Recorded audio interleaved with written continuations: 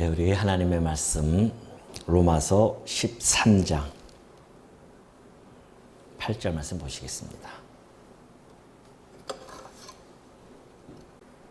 13장 8절입니다. 피차 사랑의 빚 외에는 아무에게든지 아무 빚도 지지 말라. 남을 사랑하는 자는 율법을 다 이루었느니라. 간음하지 말라, 살인하지 말라, 도둑질하지 말라, 탐내지 말라 한 것과 그 외에 다른 계명이 있을지라도 내 이웃을 내 자신과 같이 사랑하라 하신 그 말씀 가운데 다 들었느니라. 사랑은 이웃에게 악을 행하지 아니하나니 그러므로 사랑은 율법의 완성이니라. 10절까지 봉독해 드렸습니다. 바울이 지금 이 로마에 있는 성도들에게 사랑에 대한 이야기들을 전달해 주는데요. 그 8절에 보면은 피차 사랑의 빚 외에는 아무에게도 아무 빚도 짓지 마라 라는 그 내용 속에는 아무에게도 아무 빚도 짓지 말라고 하는 것은 이제 세상적인 빚이죠. 그 세상적인 육적인 빚인데 그 빚을 포인트를 하는 것이 아니라 그 사랑의 빚, 이 사랑의 빚에 사실은 방점이 있는 겁니다. 그렇기 때문에 오늘 그 말씀의 제목대로 성도의 영원한 부채가 도대체 무엇인가에 대한 부분을 우리가 볼 텐데 그 전에 어차피 이 본문이 나왔기 때문에 그럼 세상적인 빚은 어떻게 우리가 대처해야 되는가에 대한 문제를 간략하게 전해드리고자 합니다. 우리 세상의 빚은 두 가지로 볼 수가 있습니다. 바울이 이 이야기에는 하나는 그 규모 없이 행하지 마라 그런 이야기죠. 데살로니가의 그 교회에 문제가 하나 있었습니다. 그때 예수님이 곧 오실 텐데 굳이 일할 필요가 있겠느냐라는 생각을 가진 자들이 있었어요. 그래서 일도 하지 않았습니다. 일하지 않으니까는 당장 먹고 살아야 되는데 노동을 안 하니 수입이 없지 않습니까? 그래서 성도들에게 자꾸만 손을 벌립니다. 그래서 일을 자꾸 만들어요. 아이고 집사님 돈 좀 빌려달라고 해가지고서는 내가 지금 당장 일은 안 하고 먹고 살아야 되니까 곧 예수님 오시는데 곧 일할 필요가 있겠느냐 이런 생각들이 없지 않아 있었던 거죠. 그건 바울이 데살로니가에 편지를 보내면서 그 이야기를 한 겁니다.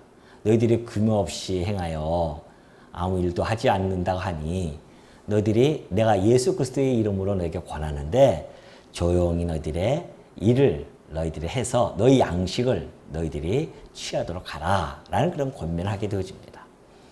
그러니까 너희들이 빚을 자꾸 지지 말고 너희들이 스스로 일해서 규모 있게 너희 살림을 잘 챙겨서 그렇게 해서 빚을 지지 마라 이제 이러한 권면을 하게 되어진 것이죠.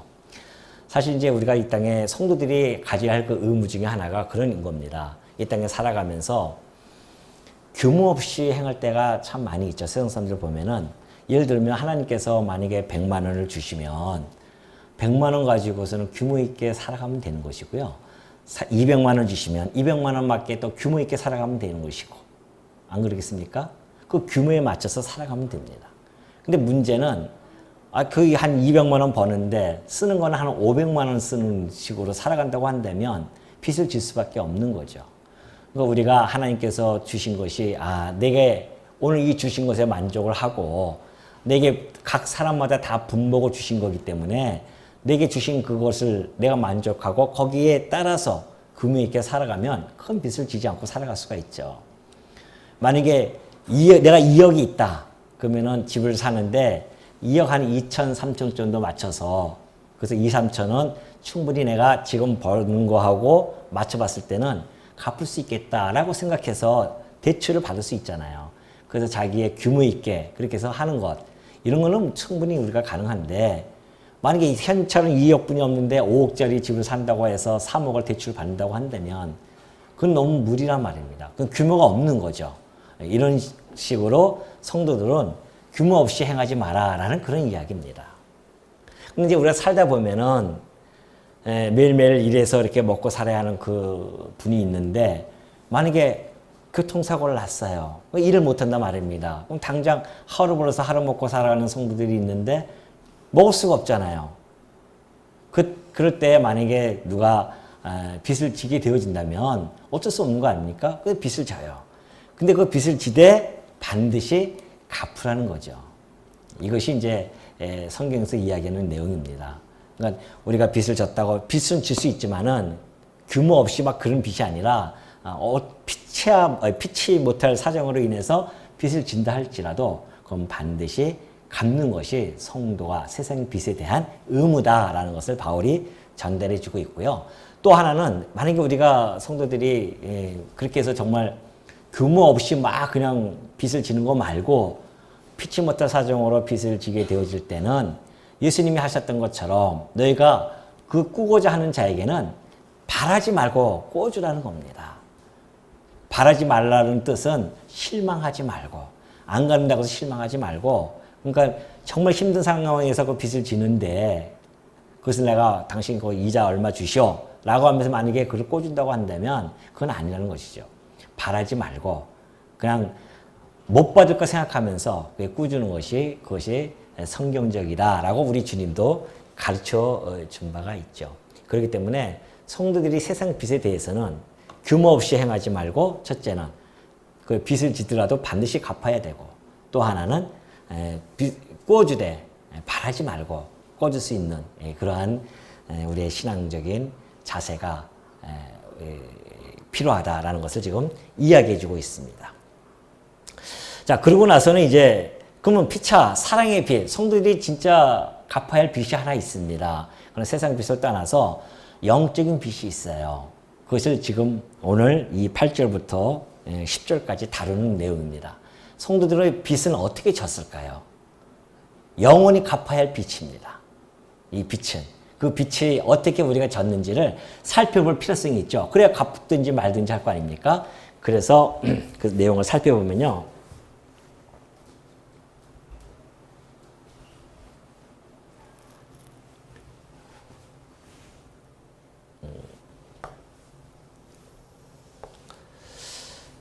먼저 우리가 이제 하나님께서 아담을 지으십니다. 아담을 지으실 때에 하나님께서 하나님의 형상대로 지었죠. 아담을 하나님의 형상대로 지었습니다. 이 하나님의 형상이라고 하는 것은 곧 의와 또 진리 그리고 거룩함이 있습니다. 그러니까 하나님께서 우리 아담을 지을 때는 의롭게 지으셨어요, 처음에. 그리고 진리 안에서 살아가도록 해줬고 거룩한 생활을 할 수 있도록 만드셨습니다. 거기 더 하나는 하나님은 사랑이시기 때문에 그 형상대로 서로 사랑하면서 하나님을 사랑하고 그리고 서로 사랑할 수 있도록 사랑할 수 있는 그러한 형상으로 만든 겁니다. 그러니까 이대로 우리가 계속 살아왔으면 얼마나 좋겠습니까? 그런데 그렇지 못했다는 겁니다. 아담이 여기서 타락을 하게 되어집니다. 타락을 했어요. 타락을 해서 하나님의 이 형상이 상실이 되어집니다. 하나님의 형상이 상실되어졌어요. 그래서 아담 이후로 태어나는 사람들은 사람의 형상대로 그렇게 태어났다고 그렇게 말해주고 있죠. 그래서 하나님의 형상을 상실해서 사람의 형상대로 입고 태어나는데 어떠한 모습으로 태어나냐면 불의한 모습으로 태어납니다. 불의한 가운데 태어나죠. 그리고 진리가 아니라 거짓 가운데 살아가게 되어지고 거룩함이 아니라 부정한 가운데 처해지고 사랑이 아니라 미움 가운데 살아가게 되어집니다. 이것이 이제 타락한 사람들의 삶의 모습이에요. 그러니까 아담 이후로 태어나는 모든 자들은 이런 가운데서 태어나죠. 이것을 죄와 사망이라고 이야기합니다. 죄 가운데서 태어나서 영원히 우리는 사망 가운데 처하게 되어진다라는 이야기입니다. 그러니 사랑하고 싶어도 사랑할 수 없습니다, 사실은. 물론 이제 우리가 부모들이 자식을 사랑하는 그 사랑이 있죠. 자기 핏줄이니까 자기가 아파서 난 그런 자식이니까 그 사랑하는 마음을 하나님이 주었습니다. 그래야 이 종족이 보존할 수 있으니까. 그러나 이웃을 서로 사랑한다? 그 됩니까? 안 된단 말입니다. 왜? 그런 시기가 나요. 이웃이 잘 되면 시기가 나고 미움이 생기고 싸우기나 하고 다툼이나 있고 그런단 말이죠. 이 세상을 지금 보십시오. 얼마나 세상이 그냥 서로 싸우고 지지고 볶고 그런 것이 지금 이 현재 지구에 나타나는 현상이란 말입니다. 그걸 보더라도 알 수 있고요. 또 우리가 처음에 태어난 그 가인이 자기 동생을 죽이는 그런 모습을 미워해가지고 죽였거든요. 그런 모습을 보더라도 우리가 충분히 알 수가 있습니다. 자, 이러한 상태에 있는 우리들에게 하나님께서 당신의 사랑하는 독생자를 이 땅에 보내셔요. 보내셔가지고서는 이 죄와 사망에서 건져내줍니다. 그래서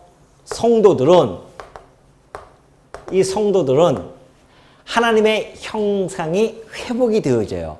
다시 말해서 하나님의 아들을 예수를 그리스도로 믿는 자들은 우리 예수님께서 나의 이 죄와 사망에서 해방시켜 주십니다.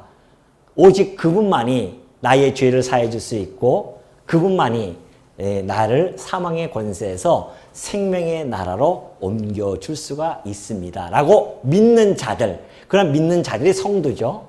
그런 성도에게는 하나님의 형상이 회복이 되어집니다.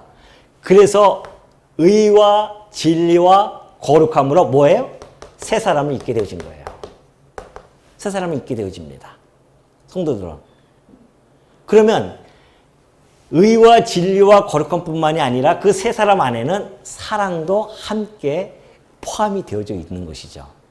성도들은 이러한 회복이 되어져서 이런 상황으로 되게 되어지는데 이 새 사람을 속사람이라고 그렇게 이야기하죠.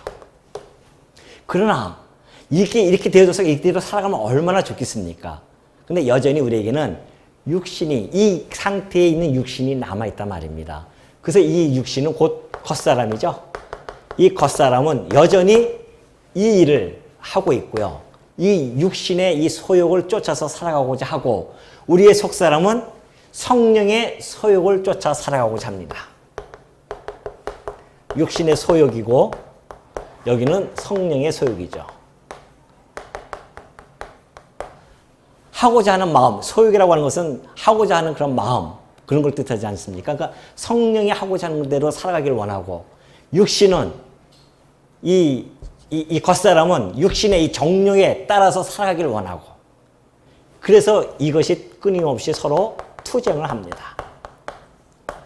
이 땅에 살아가는 우리 성도들은 여전히 이 육신과 이 새 사람과 속 사람과의 싸움이에요. 내 안에서는. 죽을 때까지는 이거는 할 수 없습니다. 그래서 우리가 점점 성령에 자라나게 되어지면 성령의 소욕을 따라서 살아가는 농도가 점점 짙어질 것이고 우리가 만약에 자라나지 않고 그대로 있다고 한다면 여전히 우리는 육신에 속해서 살아갈 수밖에 없는 그러한 자로서 살아가게 되어지죠. 그래서 우리가 하나님께서는 당신이 아들을 이 땅에 보내셔서 이 일을 행하셨단 말입니다. 이 사랑의 빛을, 사랑을 보여주신 거죠. 자, 그렇다고 한다면 우리가 요한 1서를 한번 살펴보겠습니다. 요한 1서 4장 7절입니다. 요한 1서 4장 7절 한번 다 찾아보십시오. 사랑하는 자들아 우리가 서로 사랑하자. 사랑은 하나님께 속한 것이니 사랑하는 자마다 하나님으로부터 나서 하나님을 알고 그래요. 사도 요한이 성도들에게 편지를 보내면서 그래요. 우리 서로 사랑하자. 왜? 사랑은 하나님께 속했다는 겁니다. 그러죠? 이 사랑은 우리 인간이 원래 있는 것이 아니라 하나님이 가지고 있는 속성입니다. 그 속성을 인간에게 심어놓은 거예요. 그래서 사랑이 가능하게 되어진 것이죠. 그러니까 하나님께 속한 것인데 사랑하는 자마다 하나님으로부터 나서 하나님을 알게 되어진다는 겁니다. 근데 중요한 것은 4장 8절에 이래요. 사랑하지 아니하는 자는 하나님을 알지 못하나니 이는 하나님은 사랑이심이라 그래요. 자, 성도는 하나님에 대해서 아는 자들입니다. 어떤 것을? 이런 과정을 우리는 아는 거예요. 아, 내가 이러한 상태에 있었는데 원래 우리는 이런 상태였었는데 타락함으로 말미암아 내가 죄 가운데서 사망 가운데 있었던 자였구나. 근데 하나님께서 당신의 사랑하는 독생자를 이 땅에 보내서 죽이셨어요. 그리고 우리를 살리셨단 말입니다. 그 이유는 하나님의 그 사랑을 보여주신 거예요. 이것이 여기가 바로 사랑입니다. 사랑의 정점이에요. 하나님이 당신의 백성들을 사랑하는 그 모습이 당신의 사랑하는 독생자를 보내서 대신 죽였다는 겁니다. 그 성경에 보면 그러죠. 내 이웃을 내 몸처럼 사랑하는 것보다 내 이웃을 위하여 목숨을 버리는 것보다 더 큰 사랑이 있다 없다? 없다는 겁니다. 생각해 보십시오. 내 이웃을 위해서 내 목숨을 버린다? 정말 그런다고 한다면 그것처럼 더 큰 사랑이 어디 있겠냐 말이죠. 우리는 못하잖아요, 그걸. 그런데 하나님은 그 사랑을 해주셨단 말입니다. 그 사랑을 보여주신 거예요. 당신 아들, 우리 대신 죽이셨단 말입니다. 더 큰 사랑이 없어요. 하나님의 이 큰 사랑보다 더 큰 사랑은 이 땅에 아무것도 없습니다. 우리는 그 사랑을 맛본 자예요, 지금. 그 이야기입니다. 그렇다고 한다면, 하나님이 날 정말 사랑하시는구나 라는 것을 깨닫게 되어지고 하나님은 정말 사랑이십니다. 성경 창세부터 요한계시록까지 다 살펴보니까 하나님은 정말 사랑이십니다라는 것을 우리가 알게 되어집니다. 자, 우리는 창세부터 요한계시록까지 다 하면은 하나님은 언약대로 이루시는 여호와다라는 사실을 알게 되어집니다. 그렇죠?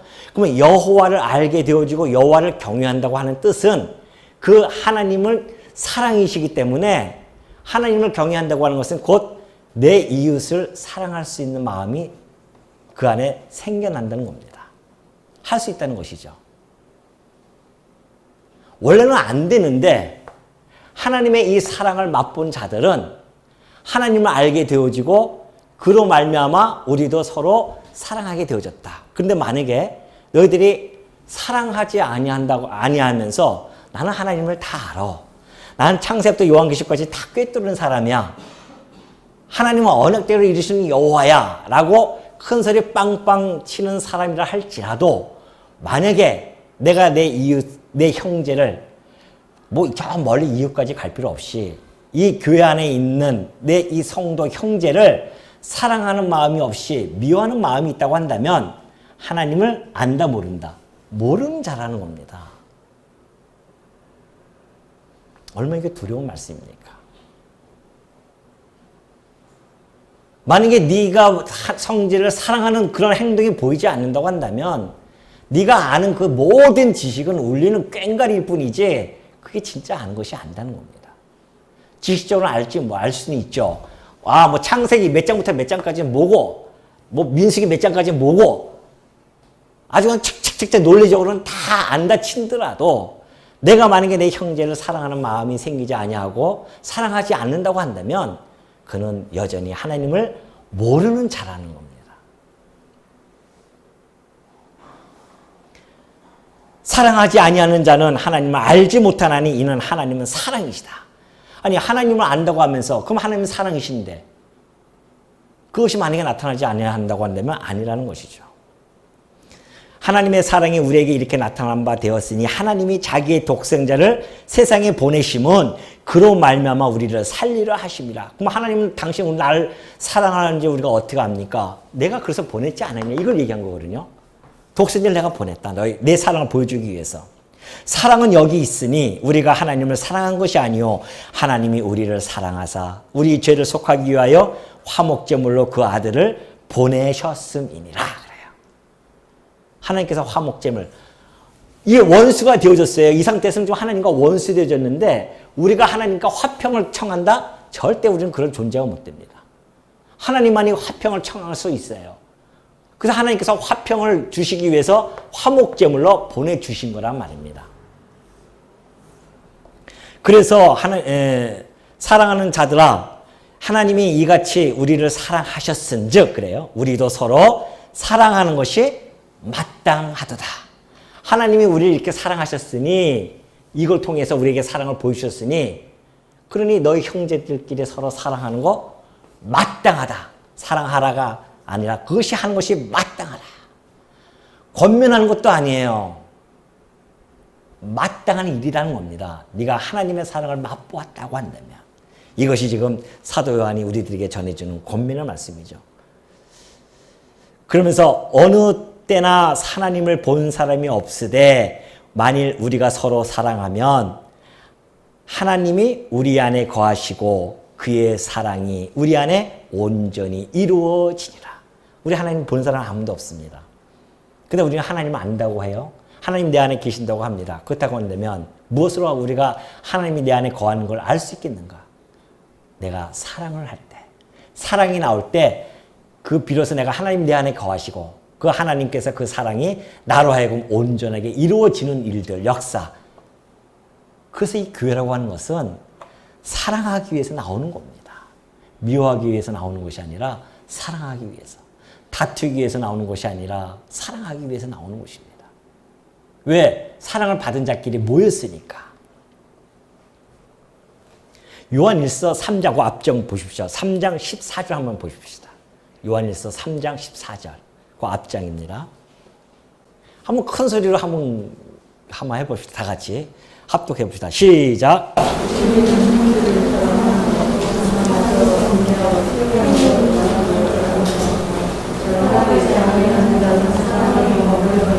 예, 우리는 형제를 사랑함으로 사망에서 옮겨 생명으로 들어간 줄을 알거니와 그래요.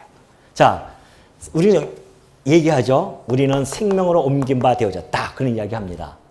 예수 그리스도를 믿어요. 그래서 우리는 죄와 사망의 법에서 해방되어져서 성령의 생명의 법으로 우리는 옮긴 바 되어졌다라고 우리는 믿습니다. 아, 좋습니다. 믿어요. 그렇다고 한다면 그걸 옮겨진 걸 우리는 어떻게 알 수 있냐는 것이죠. 내가 믿었으니까 옮겨졌다? 확증이 안 되잖아요. 이거 정말 옮겨졌을까?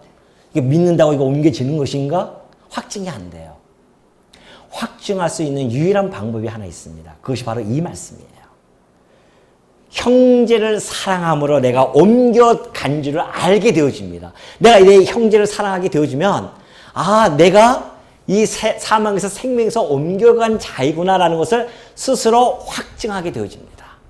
근데 만약에 형제를 사랑하는 마음이 없고 자꾸 미워하는 마음이 생긴다? 그럼 나는 혹시 내가 사망 가운데 현재 여전히 머물고 있는 자는 아닌가? 의심해 봐야 된다는 것이죠.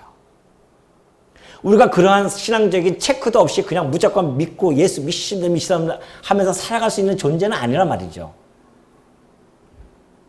믿음에 의해서 나타나는 그 모든 결과를 우리가 확인해야 된단 말입니다. 그럼 무조건 예수만 믿으면 구원 받는다라는 것이 아니라 그런 저차원적인 그런 것이 아니란 말이죠.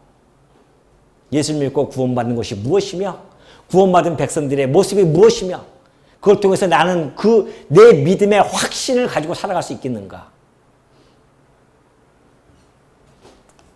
나의 삶의 그 모습을 통해서 확인을 할 수 있는 방법이라는 겁니다.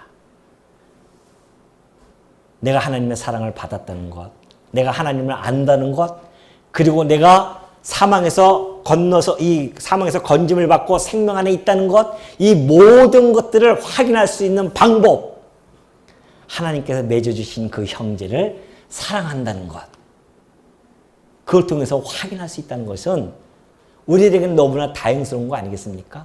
여전히 우리는 이 땅에 살아가면서 내가 정말 생명으로 옮겨졌는가? 라고 의심하며 살 수밖에 없는데 내 마음이 만약에 내 형제를 사랑하는 마음이 생긴다? 아, 내가 정말 사망에서 생명으로 건짐 받은 자가 틀림이 없구나라는 확증을 가지고 더욱 힘있게 이 땅을 살아갈 수 있지 않겠냐 말이죠. 그래서 우리는 하나님으로부터 우리는 사랑의 빛뿐만이 아니라 제가 여러분 이제 그 칼럼을 제가 쓴 걸 아시죠? 세상 빛과 사랑의 빛 혹시 읽어보시는지 모르겠지만은 제가 우리 그 카페에 칼럼, 목회 칼럼에 다 올립니다. 확인해 보시기 바랍니다. 안 읽어보신 분들은.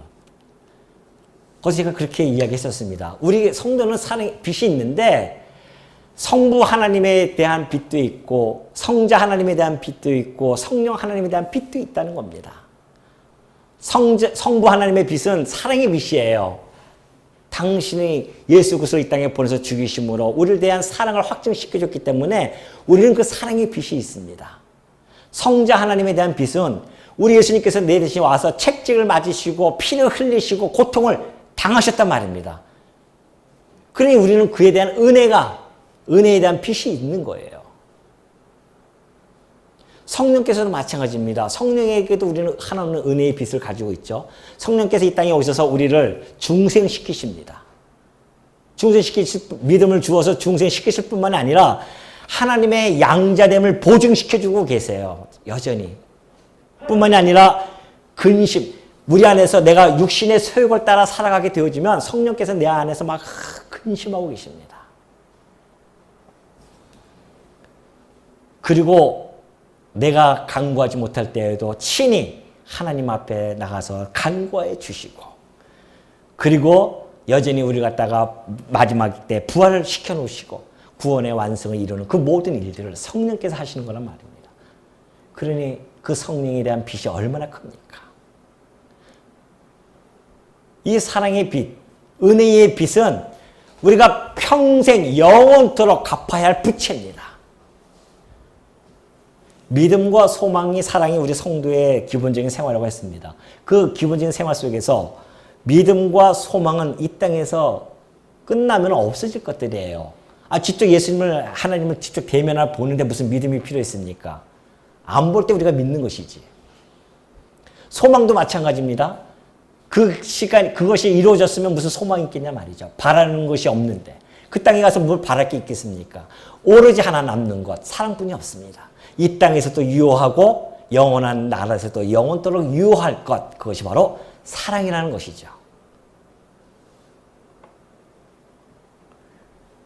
그렇기 때문에 우리는 그 사랑을 이 땅에서 갖게 되어지는데, 근데 이 하나님의 빛은요, 세상의 빛과 전혀 성질이 다릅니다. 세상의 빛은요, 자, 채권자가 있어요. 채권자 있고 채무자가 있습니다. 채무자는 채권자에게 빚을 갚아야 돼요. 세상에서는. 그렇죠? 그런데 하나님의 그 나라의 법칙은 채권자가 하나님이시죠? 채무자는 성도입니다. 근데 이 채무자는 하나님께 빚을 갚는 것이 아니라 누구에게? 채무자에게 빚을 갚는 거예요. 같은 채무자에게. 이 채무자는 하나님께 빚을 갚는 것이 아니라 바로 같은 형제에게 빚을 갚는 겁니다. 이게 하나님 나라의 법칙이에요. 세상 법칙은 채무자가 받지만은 하늘의 법칙은 채무자가 채무자에게 갚아주는 거. 서로가 갚아. 그러니까 여러분이 지금 옆에 있는 계신 분이 하나님 앞에서는 다 채무자입니다. 근데 그 채무자끼리 서로 빚을 갚아야 됩니다. 왜? 그것이 하나님의 법칙이고 하나님이 원하시는 법칙이기 때문에 그렇습니다. 그러니까 보이지 아니하는 하나님한테 뭐 사랑한다고 막 얘기하지 마시고, 보이는 형제에게 사랑하는 것은 그 하나님의 사랑이 온전히 이루어 나가는 것이기 때문에, 나를 통해서 하나님의 사랑이 온전히 이루어 가는 것이기 때문에 보이는 형제를 사랑한다고 하는 것, 이것이 그만큼 중요하다는 것이죠.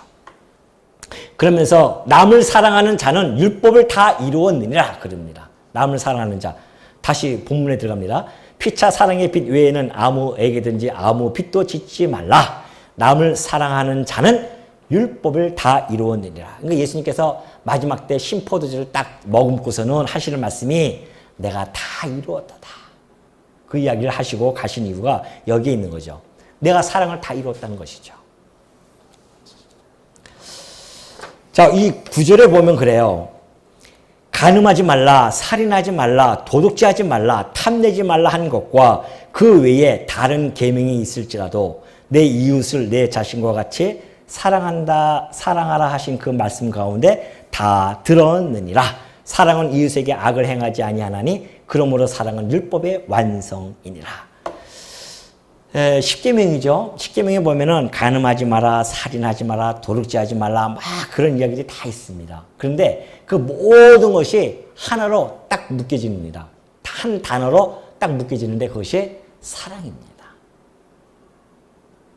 사랑을 한다고 한다면 그 모든 것들이 아무리 많은 계명이 있다 할지라도 내 이웃을 사랑하라 하는 그 말씀에 다 들어가 있다는 겁니다.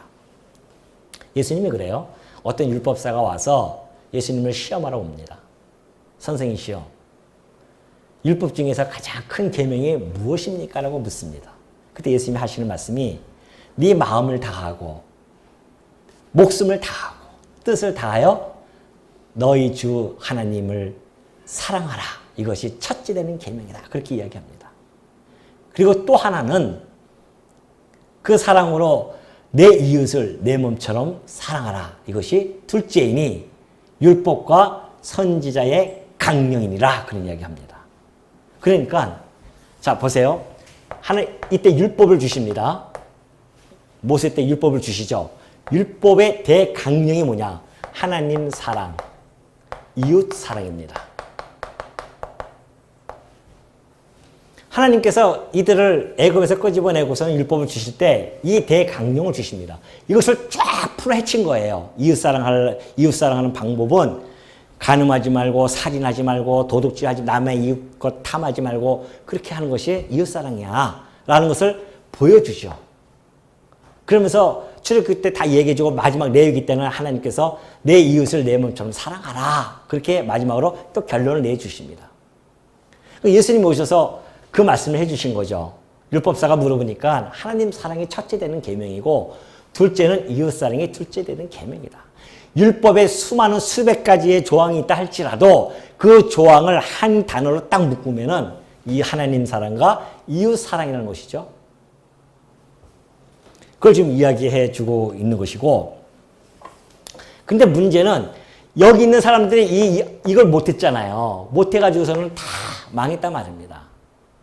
하나님이 이것을 주신 것은 너희들이 원래는 하나님 사랑하고 이웃 사랑하며 살아갈 수 있는 존재였었는데 타락함으로 말미암아 이것이 안 된단 말입니다. 근데 자기네들이 꽤나 사랑하는 척, 꽤나 괜찮은 척하고 살아가니까 하나님께서 율법을 주셔서 너희 존재에 대해서 네가 좀 알아야 된다.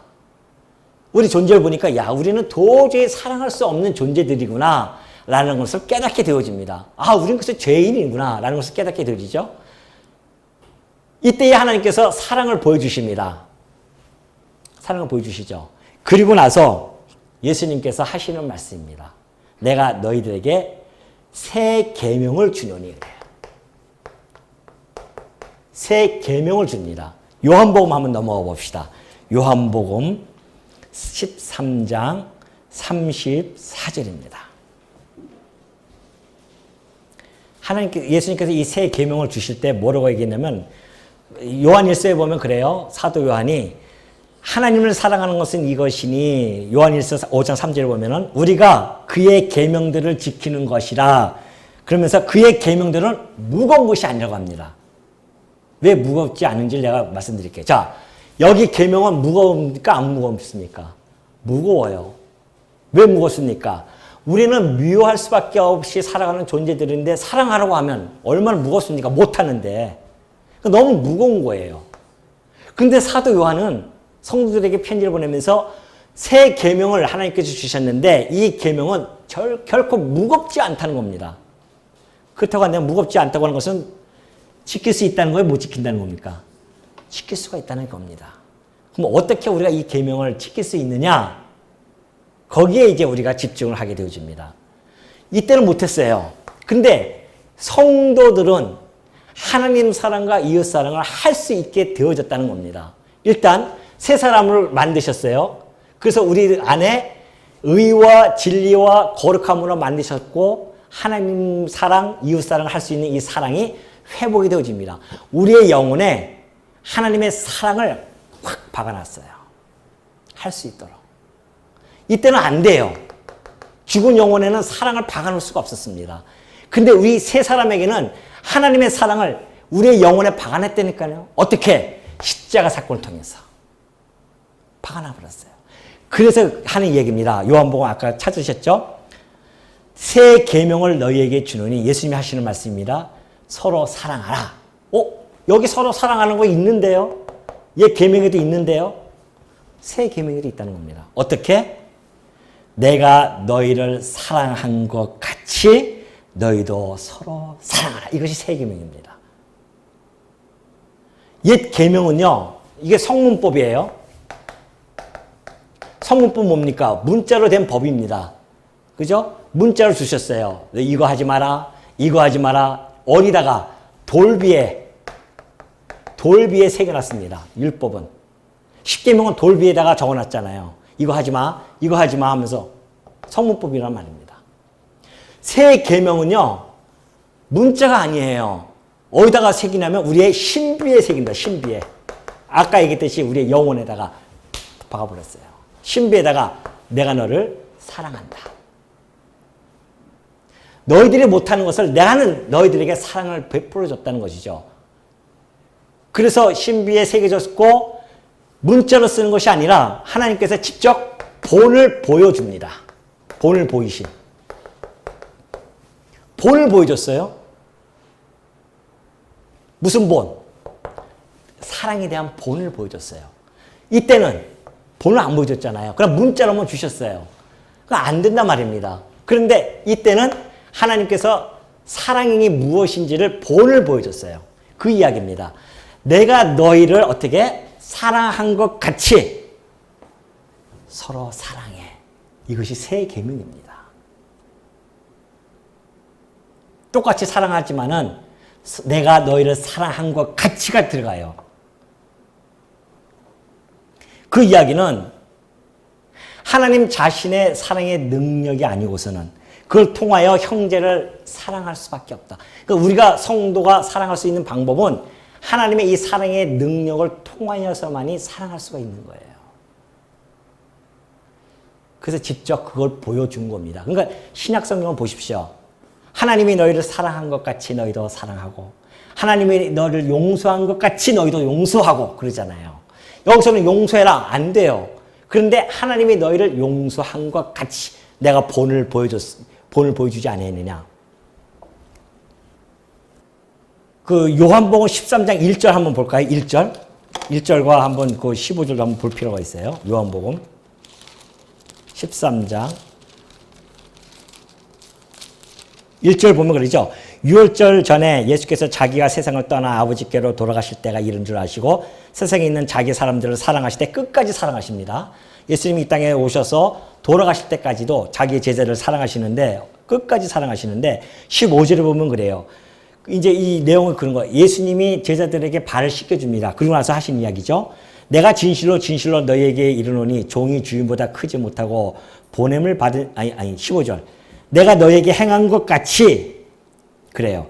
너희도 행하게 하려 하여 본을 보였노라. 내가 왜 발을 씻겨줬냐 하면은 너희들에게 본을 보이기 위해서 그런 것이다. 내가 너희를 용서해 준 것 같이 너희도 용서하고 내가 너희를 사랑한 것 같이 너희도 사랑하라. 본을 보여. 그런 이야기거든요. 그런 이야기가 참 많이 나오죠. 에베소서 5장 1절과 2절에 보면요. 그런 이야기가 있습니다. 너희가 사랑을 받는 자녀같이 너희도 하나님을 본받는 자가 되거래요. 너희가 사랑을 받는 자녀같이 너희가 하나님을 어떻게 해라? 하나님을 본받는 자가 되라. 자, 하나님이 사랑을 보여주셨어요. 이것이 본입니다. 본이에요. 그런 것 같이 너희가 서로 사랑하는 것. 이것이 새 계명이라는 것입니다. 그러니 이제는 하나님께서 사랑할 수 있는 사람을 우리의 여건을 갖추어 주셨고 그리고 직접 본도 보여주셨고 그러니 어떻게 하라? 사랑하라. 이제 가능하다는 겁니다. 그러니 여러분이 우리가 이 사랑한다고 하는 것이 그냥 말로만 하는 것이 아니라 정말 내 형제, 이웃은 차지하더라도 이 교회 안에 우리 형제를 서로 사랑하는 마음 혹시 미워하는 마음이 있다고 한다면 여러분의 마음을 다시 한번 다잡으시고 그게 아닌데 그게 아니었구나. 난 저 집사님은 저래서 싫어. 난 미워 죽겠어. 난 저 권사님은 저래서 싫어. 난 장로님은 싫어. 목사는 저래서 싫어. 이게 아니라는 겁니다. 허물이 있다 할지라도 사랑으로 그 허물을 덮어주는 곳 이것이 바로 교회예요. 아까 얘기했듯이 그러면 이 사랑을 우리가 행할 수 있는 힘은 무엇에 있는가? 하나님이 그 사랑을 행할 수 있도록 우리를 자라나게 하십니다. 그러죠? 바울이 얘기했듯이 나는 아볼로는 물을 주고 나는 심었고 아볼로는 물을 주었지만 자라나게 하시는 분은 하나님이시다. 여러분 이 사랑을 하는 것도요. 2살짜리, 3살짜리가 사랑을 하겠습니까? 부모에 대한 사랑을 갖다가 할 수 있겠냐 말이죠. 자라나야 사랑이 나오는 겁니다. 그만큼 하나님의 이 사랑의 이 본도 받는 것도 본을 받을 수 있을 정도 돼야지 그것도 할 수 있는 것이지, 그런 걸 깨닫지 못한 분들이 어떻게 사랑할 수 있겠냐 말이죠. 그래서 하나님이 자라나게 해 주신다는 겁니다. 그 사랑을 할 수 있는 능력도 주시고 사랑할 수 있는 시기도 하나님이 정해 주시죠. 다만 우리가 만약에 이 땅에 살아가면서 그 사랑이 나오지 않는다고 한다면 곰곰이 우리 신앙을 체크해 볼 필요는 있고요. 여러분들 다 오랫동안 신앙생활 하시면서 많이 말씀을 공부했던 분 아닙니까? 그렇다고 한다면 이제는 우유 먹는 아이들이 아니란 말입니다. 이제는 충분히 고기도 먹을 수 있는 성인이 되어진 그러한 성도라고 한다면 우리의 신앙생활을 다시 한번 체킹해보고 내가 정말 하나님을 알고 있는가? 혹시 지식적으로 알고 있는 건 아닌가? 지식적으로는 다 알아요. 지옥 갈 백성들도 다 압니다. 비교 종교학 이런 것들을 연구하는 학자들은요, 예수님을 안 믿어도 그냥 학적으로 성경을 보고 하나님이 이런 분이시구나, 아, 하나님은 사랑을 전하시는 분이구나, 다 압니다. 하나님을 안다고 해서 아는 것이 아니라니까요. 우리의 삶 속에서 그것이 나타나지 아니한다고 한다면 정말 내가 이 사망에 있는 자인지 생명에 있는 자인지를 곰곰이 살펴보아야 되고요. 우리가 아까 얘기했듯이 예수님께서 사랑을 베풀어 주신 그 예수님께서 우리의 머리가 되시고 우리는 그의 지체가 성도이기 때문에 이 그리스도의 사랑이 우리들의 몸에 다 전파가 되어져서 마디마디마다 연합이 되어져서 다 전파가 되어집니다. 그래서 우리 안에서 스스로 사랑 안에서 자라게 해주세요. 그러니까 우리가 이 교회가 자라난다고 하는 것은 사랑 안에서 자라나는 것이기 때문에 그리스도를 알면 알수록 은혜를 깨닫게 되어지고 그리스도를 알면 알수록 하나님의 사랑을 깨닫게 되어지고 그 사랑을 깨달은 자들은 하나님이 행하셨다는 그 본을 발자취를 밟기 위해서 한 걸음 한 걸음 뛰어가는 중입니다. 지난번에 제가 말씀드렸잖아요. 비록 비틀비틀 거리면서 간다 할지라도요. 우리는 그 하나님의 사랑을 받기 때문에 그 사랑을 향해서 한 걸음 한 걸음씩 나아가는 그런 성도이면은 틀림이 없다는 사실을 아시고요. 아이고, 난 이거 못하겠어. 뭐 그런 생각하지 마시고. 우리는 이미 갖춰졌다니까요, 자격이. 새 사람이 되어졌기 때문에 우리의 속사람이 강건해지도록 기도하고 우리가 이런 말씀의 권면을 받아들이고 생각하고 그냥 한쪽 귀로 흘러들이고 끝나는 것이 아니라 일주일 동안 이 말씀을 여러분들이 또 생각하고 또 생각하고 내가 정말 하나님의 확실히 알고 있는 자인지를 곰곰이 우리의 신앙생활을 체크하는 삶, 그것이 나를 하여금 안전하게 살아갈 수 있게 하는 그러한 하나의 안전 장치다라는 것을 아시고요. 여러분들이 마음속에 꼭 간직해 주시기를 바랍니다.